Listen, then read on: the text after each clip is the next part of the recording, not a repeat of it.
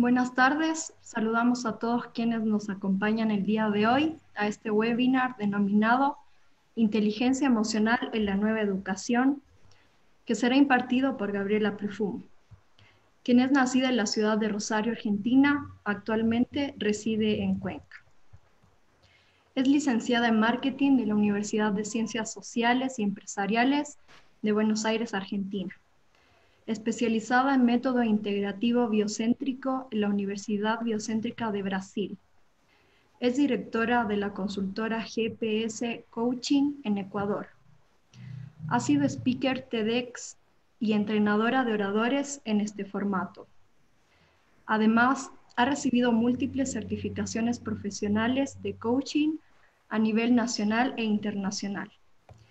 Y actualmente es conductora del segmento Viva en Grande en el canal de Unción Televisión. Y es productora de podcast Perfecciona tu trampa, que pueden encontrar en Spotify y en YouTube. Gracias por acompañarnos, Gaby, y bienvenida. Bueno, muchas gracias a ustedes. Para mí es un placer y un honor estar acá. Soy una fiel creyente de que la educación puede cambiar la humanidad, de que la educación puede cambiar el mundo. Así que cada vez que me invitan a participar en estos espacios, la verdad es que lo hago gustosa y convencida, en ambos aspectos.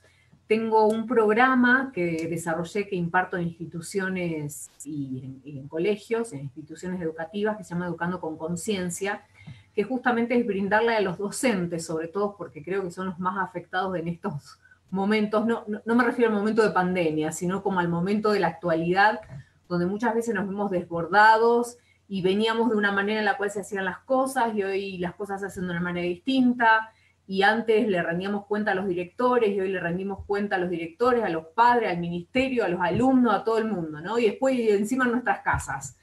Entonces siento, la verdad es que los docentes están muy saturados, y la intención mía al desarrollar este programa de Educando con Conciencia era justamente darles herramientas para que puedan descomprimir el campo emocional y darles herramientas de comunicación, resolución de conflictos, manejos de situaciones difíciles y demás. Y hoy vamos a hacer algo muy acotado, porque el tiempo es corto en el escenario virtual. Vieron que esto también es una de las nuevas modalidades de ahora, se acortan los tiempos, y la intención es que miremos un poco el panorama de lo que está sucediendo a nivel global, ¿no? Y para esto me armé algunas reflexiones para el día de hoy que quería compartirles y después jugar un poco con esto que estamos viviendo hoy, ¿no? Entonces, hoy todos nos encontramos que estamos en un momento de transición, y como tal tampoco sabemos cuándo va a terminar, porque por lo menos aún en nuestro país, en Ecuador, no tenemos muy en claro cuándo todo va a volver a la normalidad o a la nueva normalidad. Vieron que ahora es como el término que está muy, muy de moda. Entonces, una de las reflexiones que nosotros tenemos que ocuparnos hoy como docentes es tratar de entender cómo está llegando el conocimiento a la mente de los alumnos hoy, ¿no? Y entender y ver que estamos yendo hacia un modelo de aprendizaje que es mucho más individual. Y esto, la verdad es que cambia la historia de la educación. ¿Por qué? Porque a través de las plataformas digitales, los chicos hoy están aprendiendo también qué cosas son de su interés. Y eso también forma parte del aprendizaje del conocimiento. Ya no están solamente restringidos a lo que nosotros le enseñábamos adentro de la escuela, sino que la curiosidad los lleva a explorar a otros caminos. Y hoy, en esta en esta situación de pandemia, todos dentro de los sistemas educativos tenemos un poco la sensación de estar flotando, porque nos ha tocado aprender casi obligadamente a usar herramientas que antes quizás no sabíamos, no teníamos a la mano. Esta cosa donde teníamos un día organizado, donde entramos 7 de la mañana, salíamos 1 del mediodía. Hoy pareciera que todos estamos 24/7 a cualquier hora, porque no solamente estamos a disposición de la escuela, sino de los padres, de los nenes que tienen consultas, que no pueden acceder a veces a las plataformas virtuales, de que no están entendiendo la tarea, etcétera. Entonces, la verdad es que estamos en un escenario muy, muy complejo, pero vamos a tratar de entender qué es lo que más nos está afectando el día de hoy, para después ahí tratar de apelar a cuáles son las distinciones emocionales que necesitamos para este nuevo contexto. lo que más se ha visto afectado en este presente es que hemos perdido la frontera escolar. ¿Qué significa la frontera escolar? Que todo antes sucedía adentro del ámbito de la escuela. Entonces, la escuela, de hecho, si se acuerdan, en el pasado, ¿cómo se configura? La escuela era un recinto de encierro. De hecho, estaba pegado a las instituciones religiosas, ¿no? Entonces, había cuarentenas de niños escolarizados, estamos hablando del siglo XVI, XVII, ¿no? Y en realidad nacen justamente las escuelas como un internado. Y en ese modelo original había un fundamento de por qué estaba el encierro, porque tenía como eje central la conversión de las personas hacia un tipo de creencia, una especie de domesticación, ¿no? ¿Para qué? Para poder influir en el sujeto completo sobre su identidad, su moral, y había que intervenir para eso de una manera muy holística y durante mucho tiempo. Entonces, en este pasado, podemos ubicar que se utilizaban tres tipos de dispositivos, ¿no? Para poder llevar adelante el proceso de conversión del sujeto. El primer dispositivo, ¿cuál era? Era la existencia del currículum, que sigue prevaleciendo al día de hoy, el programa, ¿no? Que el programa es algo que todos tenemos que atravesar, los docentes, los alumnos, y que permite de alguna manera ordenar, saber dónde estamos parados y qué viene después. El segundo dispositivo era el aula, ¿no? El classroom, lo que se llama, porque lo traigo en inglés porque nos da más la sensación de estar cerrados en un espacio físico, donde el aula, ¿qué nos permitía? La mirada, la supervisión y el control del docente sobre el alumno de manera permanente, ¿no es cierto? Entonces, ¿qué permitía esto? Que el profesor podía observar, conocer, saber en qué estado estaba el grupo de alumnos, y tenía un poder de influencia generando rutinas, regulando las conductas, llevando el comportamiento hacia una dirección que era la dirección justamente del proceso de conversión final del sujeto cuando salía. Y el último dispositivo sobre el cual funcionaba esta plataforma inicial, que sigue prevaleciendo al día de hoy, tiene que ver con el examen. Que de hecho, el examen es un dispositivo que puede ser usado para reemplazar, por ejemplo, las clases que el alumno no tomó, porque faltó, porque no se dieron, o la ausencia que a veces el alumno tiene adentro del aula, o sea, que físicamente esté no significa que esté presencialmente, ¿no? Estamos de acuerdo acá. Entonces, de alguna manera, cuando se pasaba estas tres etapas, la conversión se certificaba, ¿no? Ahora soy bachiller, es una certificación. Entonces, hoy vemos que esa frontera escolar que sucedía en el pasado, que hoy no la tenemos, ¿qué generaba? Disciplina, orden, permitía también la imposición de una verdad, el control de esa verdad, y esto era lo que se denominaba como la pedagogía visible, ¿no? Un sistema de control de aprendizaje donde los alumnos sabían que se les iba a enseñar porque ellos tenían acceso a un programa, sabían en qué tiempo iba a suceder esto, cuáles eran las normas, cuáles eran las reglas, cuándo iban a tener los exámenes. Entonces, de manera tal que el alumno que ingresaba a la escuela sabía cómo administrar y cómo planificar junto a sus padres su cursada, ¿no es cierto? Entonces, ¿esto qué hizo? Esto generó todo un proceso de ritualización y de automatización, ¿no? Entonces, lo que hay que hacer es esto. Y el docente tenía todo un poder sobre la clase, donde el docente da una orden y el alumno cumplía. Y ahora sí le pido a Dani que me ayude compartiendo la pantalla con la presentación, porque vamos a distinguir cuáles eran las emociones que prevalecían en este momento, en este pasado. ¿Para qué? Para distinguir de unos dos momentos más y poder hacer un análisis sobre esto. Entonces, vamos al pasado y vamos a las emociones que prevalecían en ese entonces.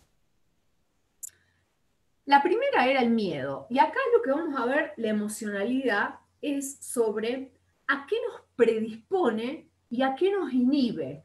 Entonces, el miedo que nos daba, la disposición para qué, para evitar o para huir, ¿sí?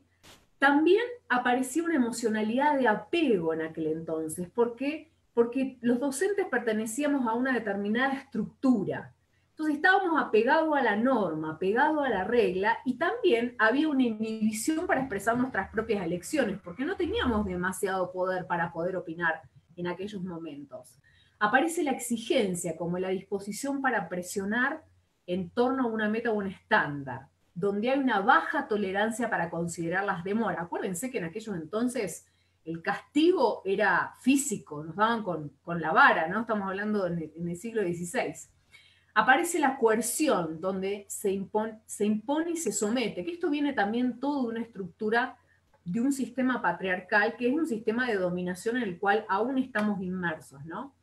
Yo también distinguí en este entonces una sobreprotección. ¿Por qué? Porque como los alumnos vivían internados, también había un cierto apego que se producía del docente hacia el alumno, y había una sobreprotección por aquellos que eran como los favoritos, los más queridos, o a veces lo que aparentaban ser más débiles Se fue el incluso, Paqui.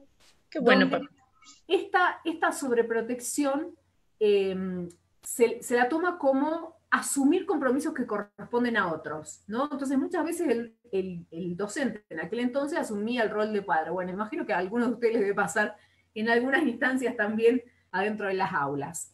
Aparece la solemnidad, que es una estricta formalidad a los procesos, la soberbia, porque el docente en aquel entonces era el único que tenía el acceso a la verdad. Entonces aparece esto de mostrarnos superiores, con autosuficiencia, aparece la ira también cuando el alumno se desviaba de la conducta, que la ira está relacionada con castigar explícitamente, y por otro lado en el alumno también aparece la vergüenza, y la vergüenza es la disposición que nos lleva a escondernos, y hay una inhibición para exponernos frente a los docentes y a nuestros demás compañeros. ¿Qué pasa?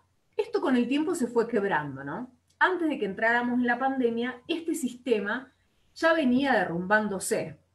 Fíjense que nosotros como docentes empezamos a negociar el orden, ¿no?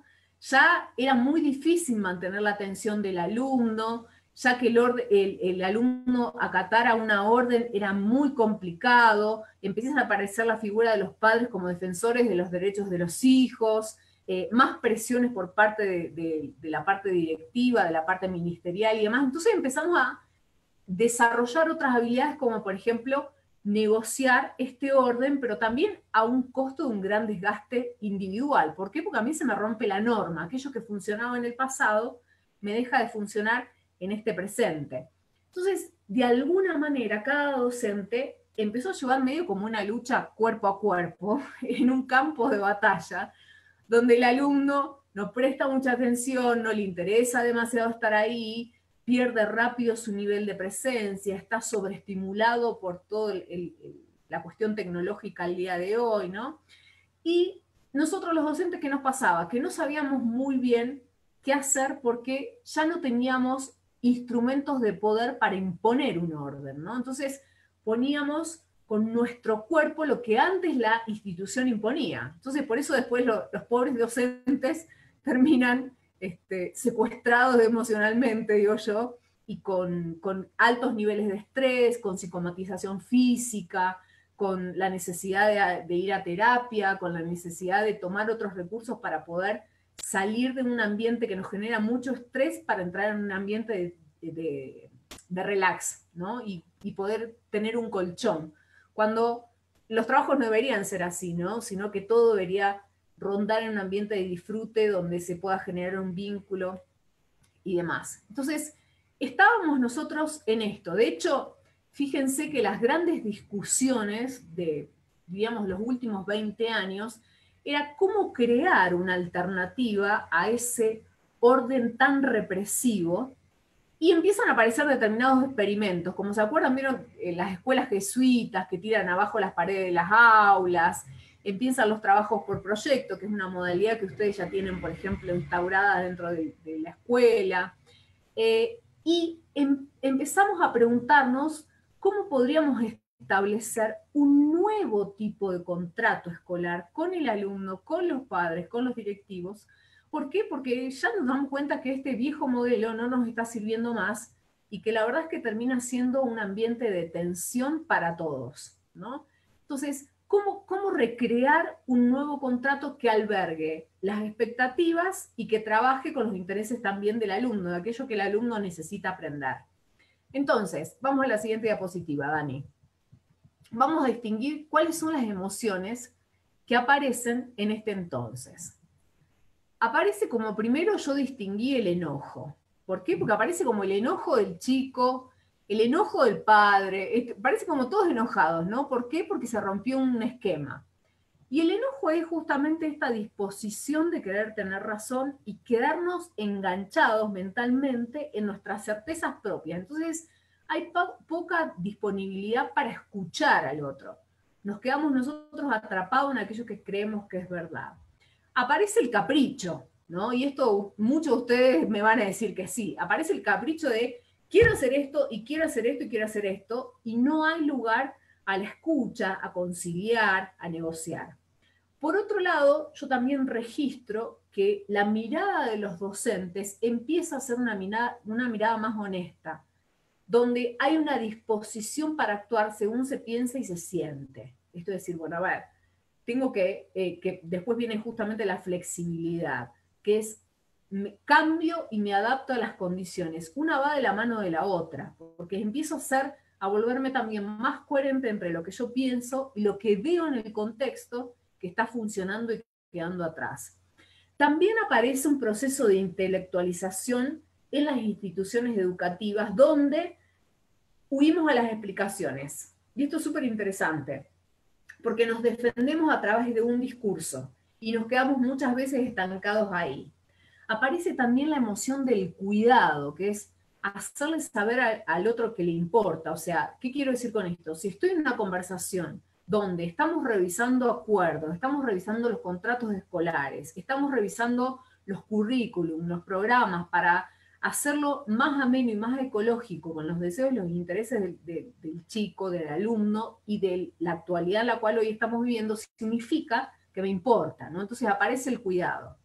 También aparece la desilusión. ¿Por qué? Porque muchas veces nos encontramos nosotros validando, resistiendo, defendiendo normas antiguas y que a veces las damos tan dentro del supuesto que nos olvidamos chequearla y validarla. Entonces aparece como esa desilusión de decir, al final sobre qué batallas estuve metido, ¿no? Y ahora me doy cuenta que esto no tenía como mucho fundamento o que tal vez sirvió para un momento pasado pero ya no sirve más acá.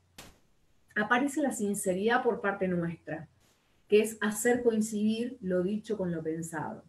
Aparece esto de soltar la imagen, ¿no? Acuérdense cómo era la imagen antigua del docente, estricto, estructurado, castigador, el que tenía el acceso a la verdad, el que tenía el poder, y hoy eso ya está suelto, ya vemos a los docentes despeinados, que por ahí salen a correr atrás de los chicos, y desalineados, y todo eso se pierde, ¿no? Y esto tiene que ver con dar con lo propio, dar con el sentido, con la coherencia, con el recuperar de por qué nosotros elegimos estar en este lugar, que esta es una pregunta de base muy importante, recuperar esa esencia de cada uno que en algún momento eligió conscientemente este camino de vocación, porque la verdad es que si hay un camino de vocación es la docencia, porque la verdad es que estar con 30, 40 chicos todos los días es muy difícil, entonces es la verdad un acto de amor, tiene que ver con un sentido de dar con lo propio,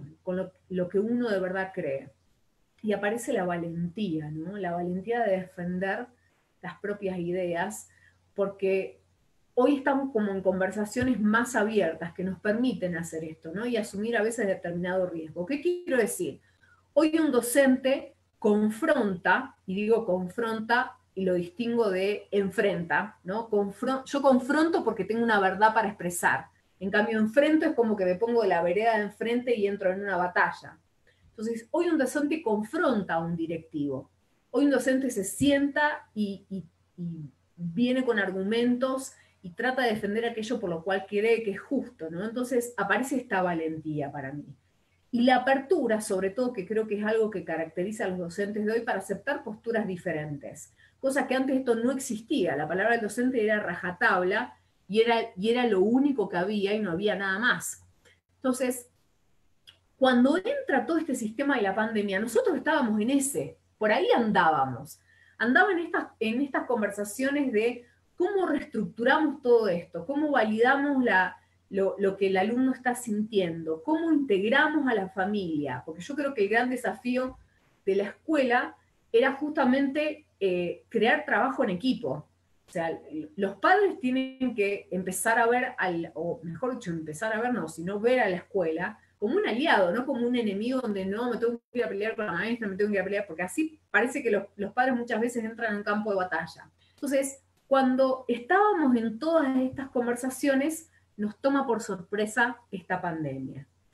Y lo que produjo esta pandemia fue que al sacar a los alumnos de la escuela provoca un cambio abrupto y radical en la frontera escolar.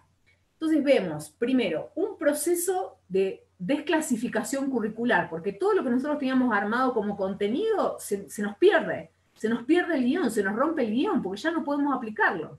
Entonces se nos desarma todo esto.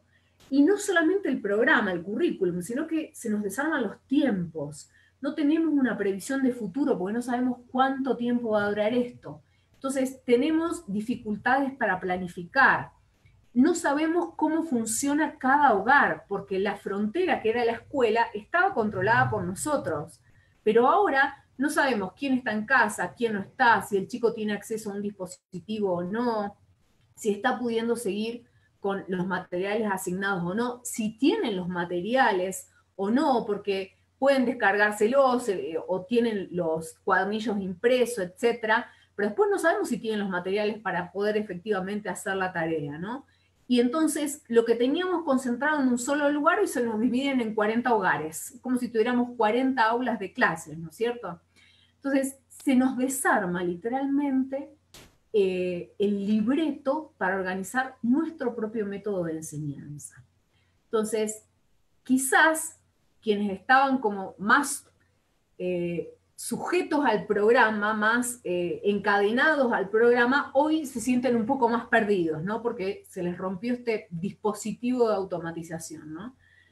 Y detrás de este dispositivo de automatización que se rompe la obligación, porque eso es lo que presentaba justamente, ¿no? Entonces, quizás aquellos profesores que tenían una manera más dinámica, creativa, quizás con algunas intervenciones de gamificación, por poner un ejemplo, tengan menos dificultades para poder adaptarse hoy. Pero esto está, ¿no? Y por otro lado, ¿qué sucede al romperse estas fronteras escolares? Que se produce un sistema de familiarización de la educación. ¿Por qué? Porque la familia que se tiene que hacer cargo del aprendizaje hoy ya no es 100% o 80% el docente y 20% los padres en la casa porque hacían las tareas, le proveían los materiales, etc. Hoy está mucho más a cargo también de la familia. Y acá nosotros tenemos que desarrollar la mirada compasiva porque toda familia tiene un nivel de toxicidad, que puede ser positivo o negativo, ¿no? Y que esto está irradiando en la educación. No es lo mismo si los chicos tienen padres ausentes o padres presentes, y en la ausencia o presencia no me refiero a la física, sino a la emocional, porque pueden tener padres que estén presentes, pero emocionalmente ausentes, entonces no hay nadie que acompañe al chico en su proceso de aprendizaje. O a veces no es porque los padres no estén, sino porque quizás no tienen el nivel educativo o la capacidad para acompañar en las tareas escolares, o porque no les gusta, o porque no tienen la paciencia, o por lo que sea que esté pasando en cada una de las casas, ¿no?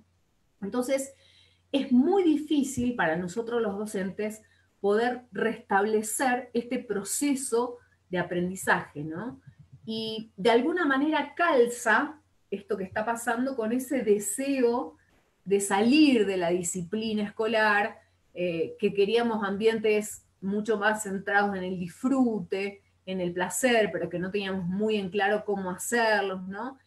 Y muchas veces creo yo, y este es mi juicio, caíamos en una trampa peligrosa de hacer creer que perdiendo el orden desafiando la consigna que nos daba el dispositivo clásico, podíamos abordar un periodo de conciencia superior. Yo lo pongo en tela de juicio, a mí me parece que es medio tramposo, ¿no? Y ese es mi juicio personal. De hecho, si vamos a los referentes de la psicología cognitiva, ellos vienen diciendo, que es muy difícil aprender sin disciplina, sin alguien que nos guíe, ¿no? Sin saber que lo que uno está haciendo, que quizás ahora no produce un placer inmediato, pero que sí consolida un proceso de conocimiento, lo cual nos va a dar un placer mayor a futuro, pero este distanciamiento entre hacer algo que no me gusta, pero que me permite aprender, es necesario, ¿no? O sea, ¿qué quiero decir? A ver, no me gusta estudiar las tablas de multiplicación. Me imagino que la mayoría, excepto los profesores de matemática que van a haber amado los números siempre, voy a emitir un juicio, pero la mayoría hemos sufrido estudiando las tablas de multiplicación. Pero claro, eso nos ayudó a todos a desarrollar un pensamiento mucho más complejo en el futuro. Entonces, el dolor del momento presente, de tener que estar haciendo esa vivencia de aprendizaje, era en realidad el precio que pagábamos para después tener un desarrollo superior, ¿no? Pero, ¿cuál es el problema de hoy? Que no solamente tenemos esta gran dificultad o esta gran variación del tema de la frontera escolar, sino que entra la variable de la tecnología, que la tecnología capta tanto la atención que termina siendo un elemento adictivo y nocivo si no se administra con conciencia. Si se administra con conciencia es buenísimo, pero sí, y que muchas veces pasa, y de hecho en cuarentena yo he escuchado a psicólogos que dicen, bueno, a ver, si el chico antes usaba 2 horas por día el iPad y ahora estamos en cuarentena y lo tiene que usar 6, bueno, lo usará 6. Sí, está bien, y entiendo, porque la verdad es que es una situación que nos desborda a todos, pero acá hay que hacer muy consciente. ¿Por qué? Porque si yo paso muchas horas en un dispositivo, entonces la tecnología me está teniendo a mí. Y fíjense que todas las plataformas educativas están también guiadas por algoritmos. Por lo tanto, el nivel de control que se ejerce sobre la conciencia del niño y sobre la mente del niño es mayor. Entonces, los adultos, que somos los obligados, por llamarlo de alguna manera, de guiar la conciencia de nuestros niños, tenemos que ser súper ecológicos con esto. Y ponerles algunos desafíos, como por ejemplo, a ver, hagamos la prueba. Vamos a inventar un chico de 12 años o que esté ya en la adolescencia en el colegio. Bueno, a ver, hagámonos la prueba. Si podés leer 1 hora un libro sin chequear tu celular, sin ver tu iPad, sin ver tu computadora, le ganaste a la tecnología. Pero es 1 hora reloj concentrado en un libro. A ver, te pongo el desafío, a ver qué pasa. Entonces, empezar a jugar un poco con eso para que los chicos puedan desarrollar la conciencia de que son ellos quienes tienen la herramienta de la tecnología y no a la inversa. Ahora, en esta variable de la tecnología, que esto nos pasa a nosotros los docentes, es, si bien es una herramienta que pasa a tener control sobre el aprendizaje, difiere muchísimo entre las edades y los niveles socioeconómicos. Entonces acá se nos aparece a nosotros todo tipo de quiebres. Tenemos que distinguir cómo se aprenden estos distintos ritmos, cómo se aprenden las distintas edades, con qué diferente conectividad cuentan con padres que estén al servicio de ellos para guiarlos en el uso de la tecnología, los más pequeños o no, y también los contextos en los cuales están, porque no es lo mismo si hay una computadora para 4 en la familia, los 2 padres tienen que trabajar, los 2 chicos tener clases, ¿no? Entonces, una de las cosas que nosotros necesitamos es empezar a tener presente algunas misiones nuevas que se nos desarrollan en este contexto, ¿no? La primera es la misión de conectar. O sea, necesitamos conectar con los chicos, porque antes conectar adentro del aula era mucho más fácil, porque los veíamos, porque los abrazábamos, porque teníamos un contacto, porque le veíamos el rostro y sabíamos si el chico estaba triste, si le había pasado algo, si venía feliz, lo sabíamos. Hoy no, hoy la tecnología no nos da ese acceso, al contrario, ¿no? Es mucho más fácil mentir en eso. Entonces, es muy importante que en esta misión de conectar, nosotros podamos hacer un mapeo de la situación, ¿no? Y en el mapeo de la situación es, bueno, a ver, de mi curso, de mi aula, ¿cuántos tienen conectividad? ¿Cuánto tiempo tienen acceso a la tecnología? ¿Todos tienen acceso al material? ¿Cómo están en sus familias? ¿El papá se quedó sin trabajo? ¿La mamá se quedó sin trabajo? ¿Uno de los dos está trabajando? ¿Los dos se quedaron sin trabajo? O sea, necesitamos hacer un mapeo no solamente de la realidad que está viendo el chico, física, sino también de la realidad emocional. ¿Por qué? Porque la segunda misión que nos toca a nosotros tiene que ver más con humanizar nuestros vínculos. Y humanizar nuestros vínculos, ¿qué significa esto? Es poder darle en lo individual, porque antes quizás lo hacíamos también más sobre lo grupal, porque administrábamos la masa, ¿no? Y ahora es más individual porque ya no tenemos ese acceso que teníamos dentro del aula, darles abrigo emocional, porque es demasiado pesado estar solo. Y sobre todo para un chico.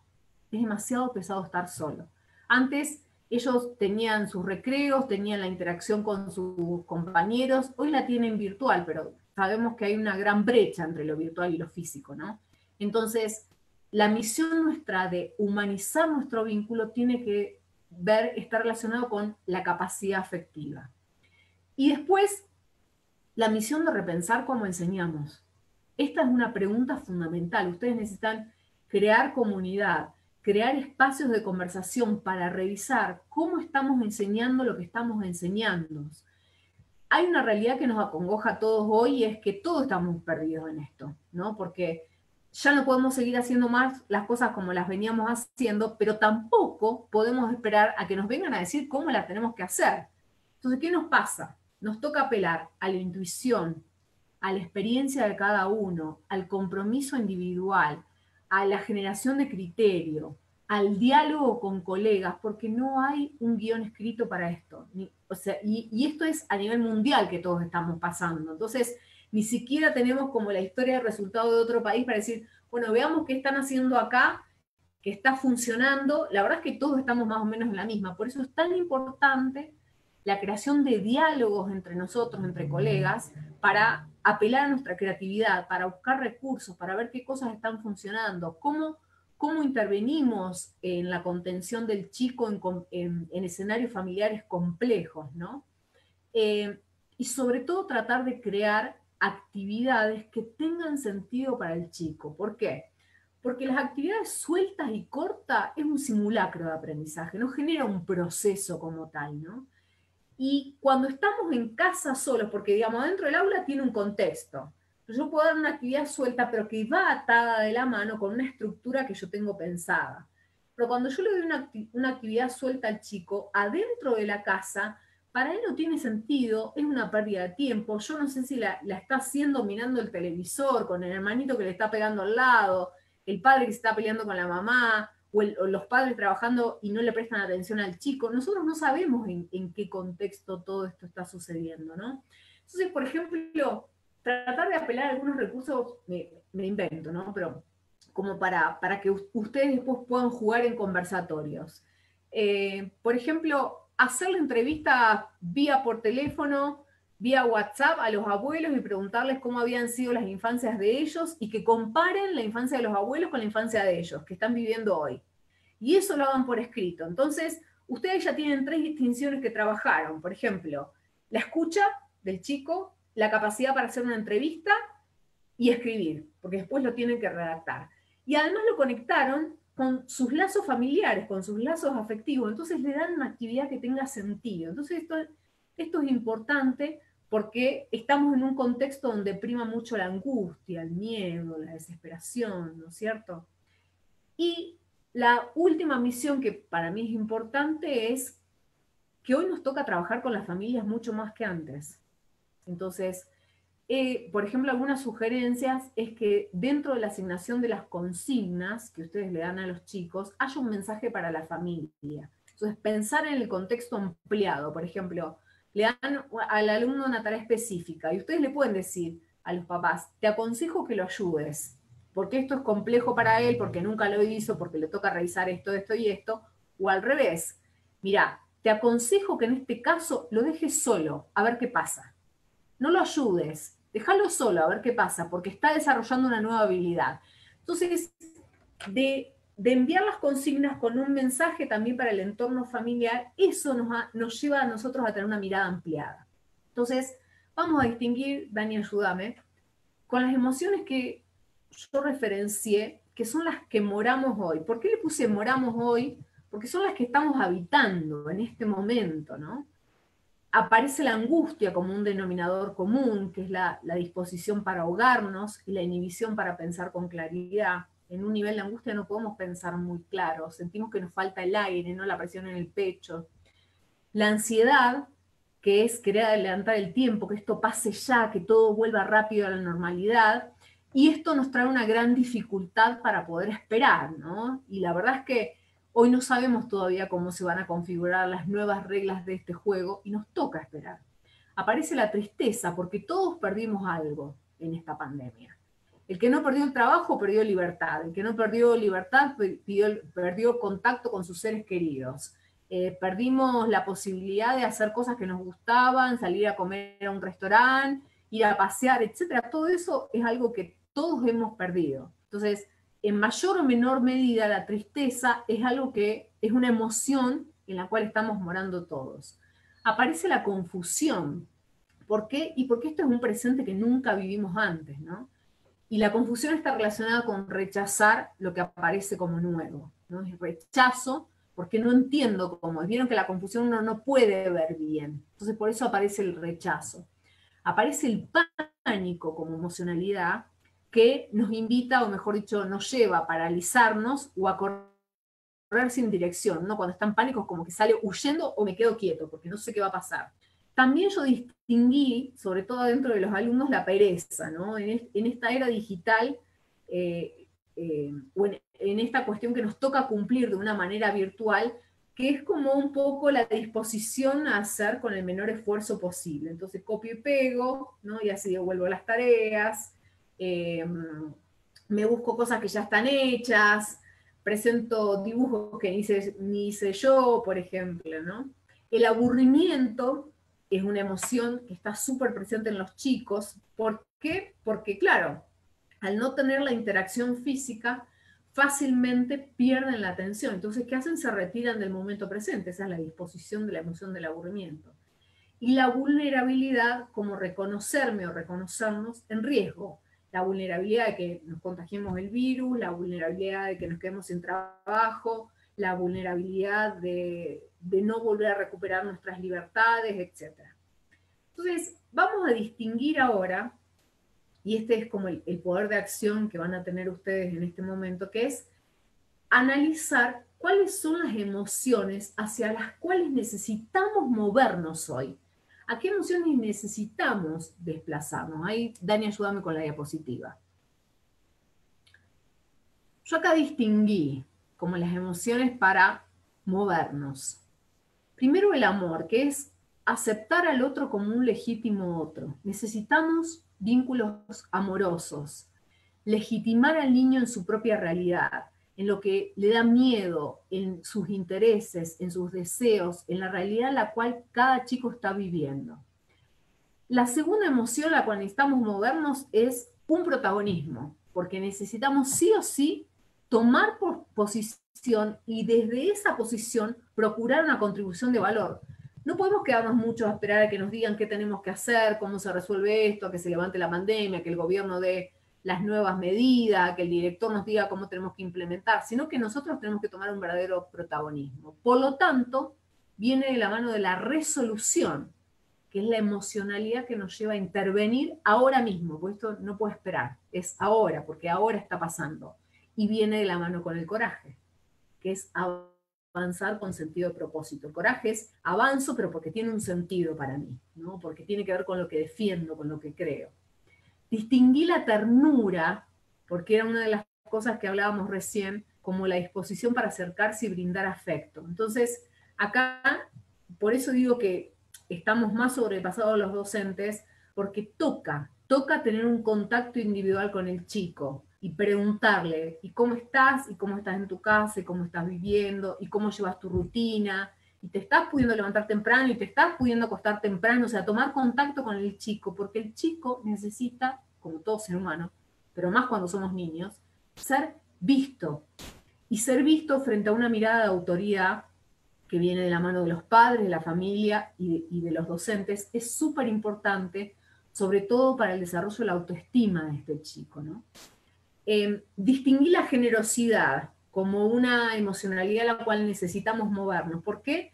Porque es dar y compartir por sobre el propio interés. Y acá en la generosidad es a 360 grados, digo, no solamente en nuestro campo del aula y el aula virtual hoy, sino también a nuestros compañeros, también a los directivos, cómo nos podemos apoyar entre nosotros.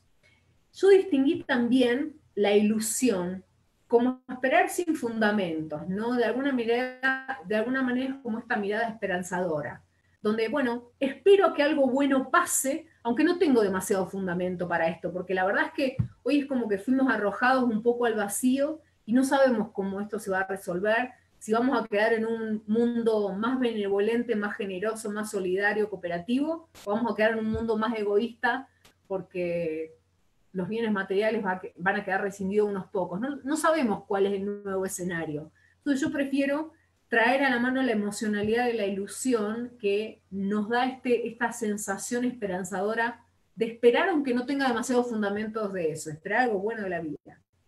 La benevolencia es algo que como docentes también necesitamos habitar como emocionalidad, que es el beneficio a los demás.